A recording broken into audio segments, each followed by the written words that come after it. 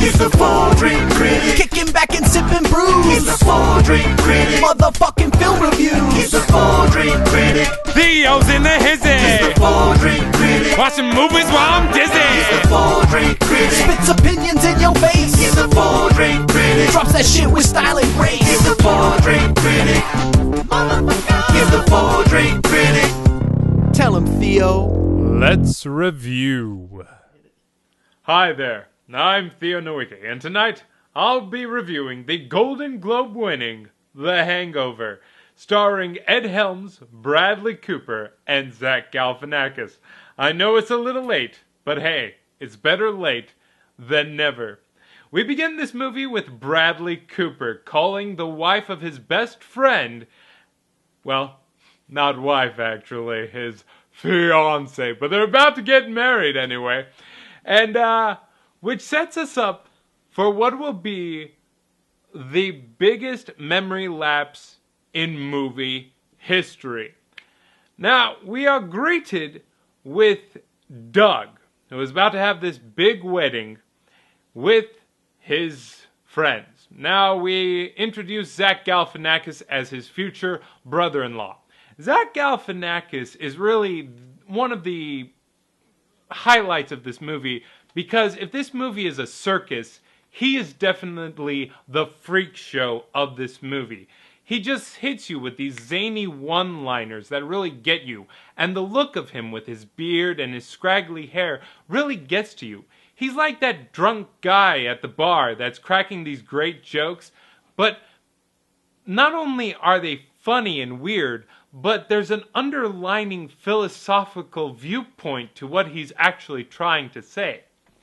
Then we have Ed Helms, who's really, I think, the most focused part of this entire movie, you see, because he has this enraged antagonist with his surly, very condescending girlfriend of his, and throughout this movie, we're trying to think, what is his reaction from this trip that he'll try to just stop this? So throughout the film, Ed Helms becomes our voice of reason. The reasons of why we shouldn't get too crazy. The reasons of why true love should exist. Yet, his true love gets a back cushion because of the wild antics of being hit with a roofie. So, he gets married to this stripper played by the beautiful, glam-tastic Heather Graham. And let me tell you, the gams on that lady, mwah. And let me tell you something, if you are complaining that you got drunk and you married Heather Graham, something is wrong with you, okay? She is beautiful. Now, the whole thing about The Hangover is that although I had no idea about this movie, even though it's been out for quite some time, what I thought it would be was a true undersight and seeing of what these guys actually went through. But instead, this movie takes more of a journey of finding out what happened to you, which I think is more beautiful and poetic. Had we just seen clips of what actually happened to them, there would be less of a mystery for us, the audience. And the beauty of the final credits scene is, when we see the pictures of what actually happened, although they are funny images, we can provide our own stories as to what actually happened. Such as with the case of Bradley Cooper's character going to the hospital. We never get a true sense of why he actually went there, but we can come up with crazy stories, such as a binge hangover and getting a concussion because he hit his head against a coffee table.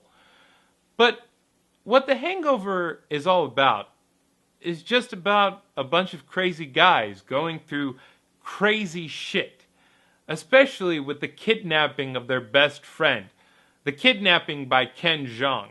Now, this was Ken Jeong's first true film role as he got out of being a doctor.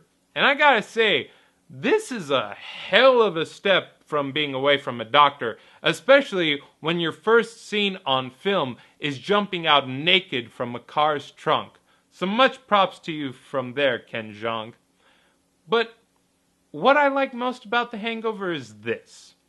It's a movie about 4 guys trying to make their lives better in a shitty way. And I think we all try to do that as a human race. We're going through a shitty phase, but throughout the shittiness, we try to make it better. And the one thing I got about The Hangover is this. This is my slight criticism. Felt a little bit like The Big Lebowski to me because of missed identities and there's a money issue and all that. But what differs from The Big Lebowski and The Hangover is this. Is that The Big Lebowski is about one man.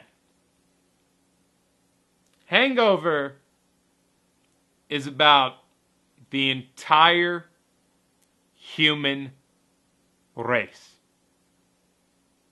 Yeah, I said it. You know why? Because the entire human race is an entire circus.